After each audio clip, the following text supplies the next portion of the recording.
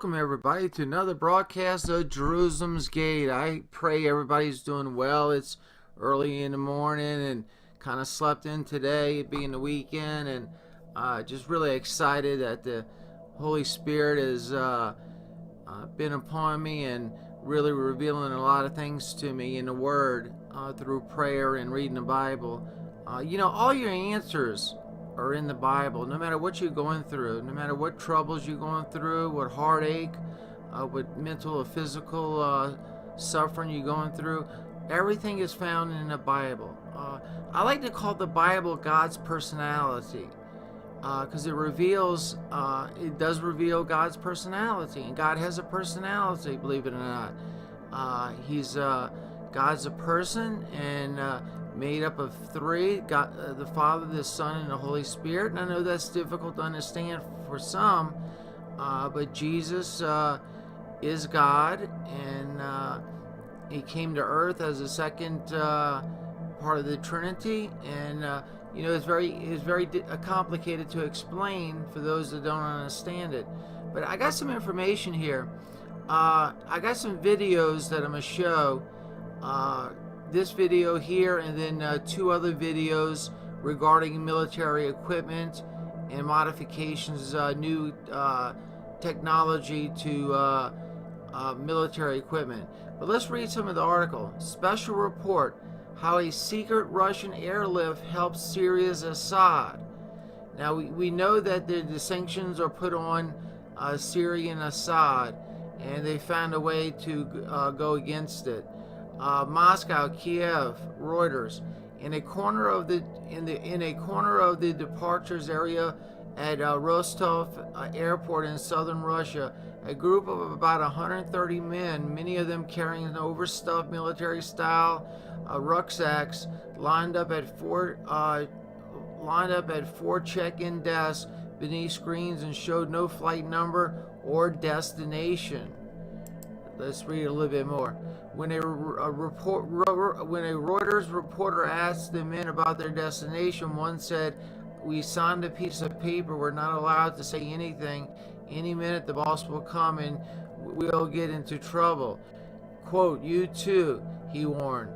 The chartered Airbus A320 waiting on the tarmac for them had just flown in from Syrian capital Damascus, disgorging about 30 men with tanned faces into the largely deserted arrivals area.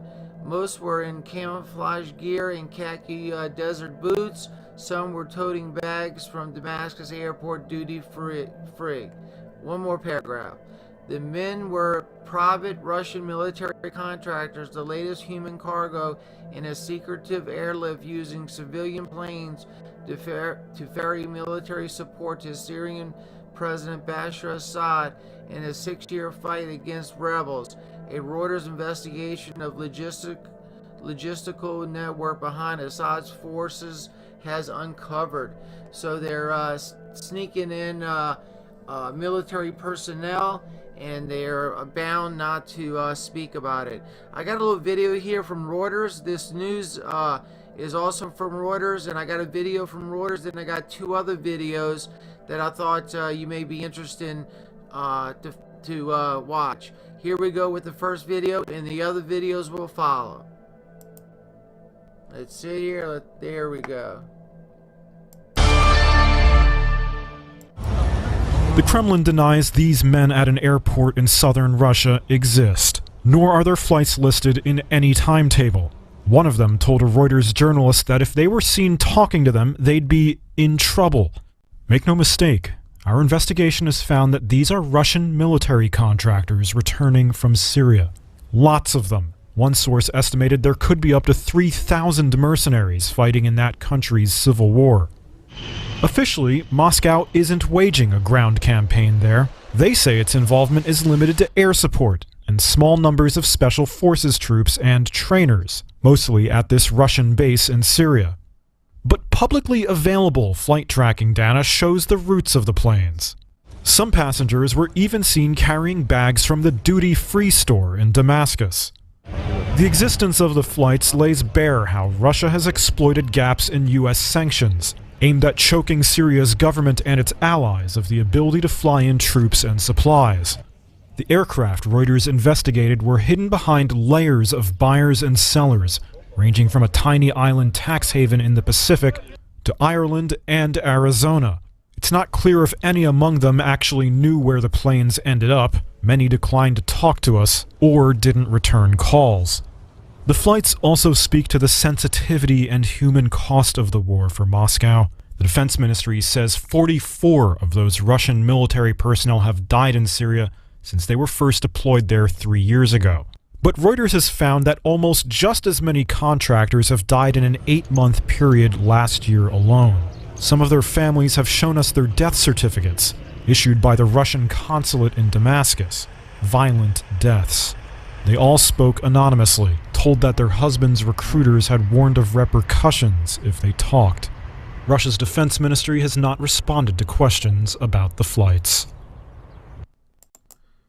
Well, we got 2 other videos that's coming up right now. The U.S. has approved the sale of over $1 billion worth of artillery and supporting equipment to Saudi Arabia. The Pentagon announced on April 5th that the U.S. State Department has approved selling Saudi Arabia artillery and equipment in a deal worth $1.31 billion. The Defense Security Cooperation Agency, in a statement, said that the sale, quote, will increase the Royal Saudi Land Forces' interoperability with U.S. forces and conveys U.S. commitment to Saudi Arabia's security and armed forces modernization. According to the notice of sale, the prime contractor is unknown at this time. The announcement is the latest in a series of U.S. defense sales to Saudi Arabia.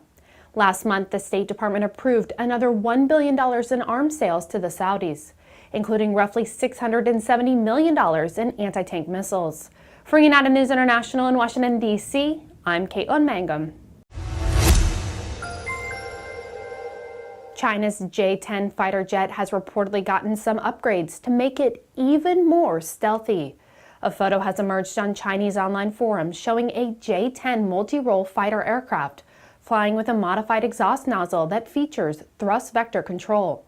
Thrust vectoring allows the engine to be directed in different directions in order to control the altitude or angular velocity of the aircraft. In the photo, the exhaust nozzle appears to have sawtooth edges, similar to that used by other low observable aircraft. These improvements could help to enhance the J-10's rear aspect stealth characteristics. Research and development of thrust vector control has reportedly been underway in China for the past 25 years. The technology is currently used on the United States' F-22 Raptor and Russia's Su-30 and 35 flanker family. For United News International in Washington, D.C., I'm Caitlin Mangum.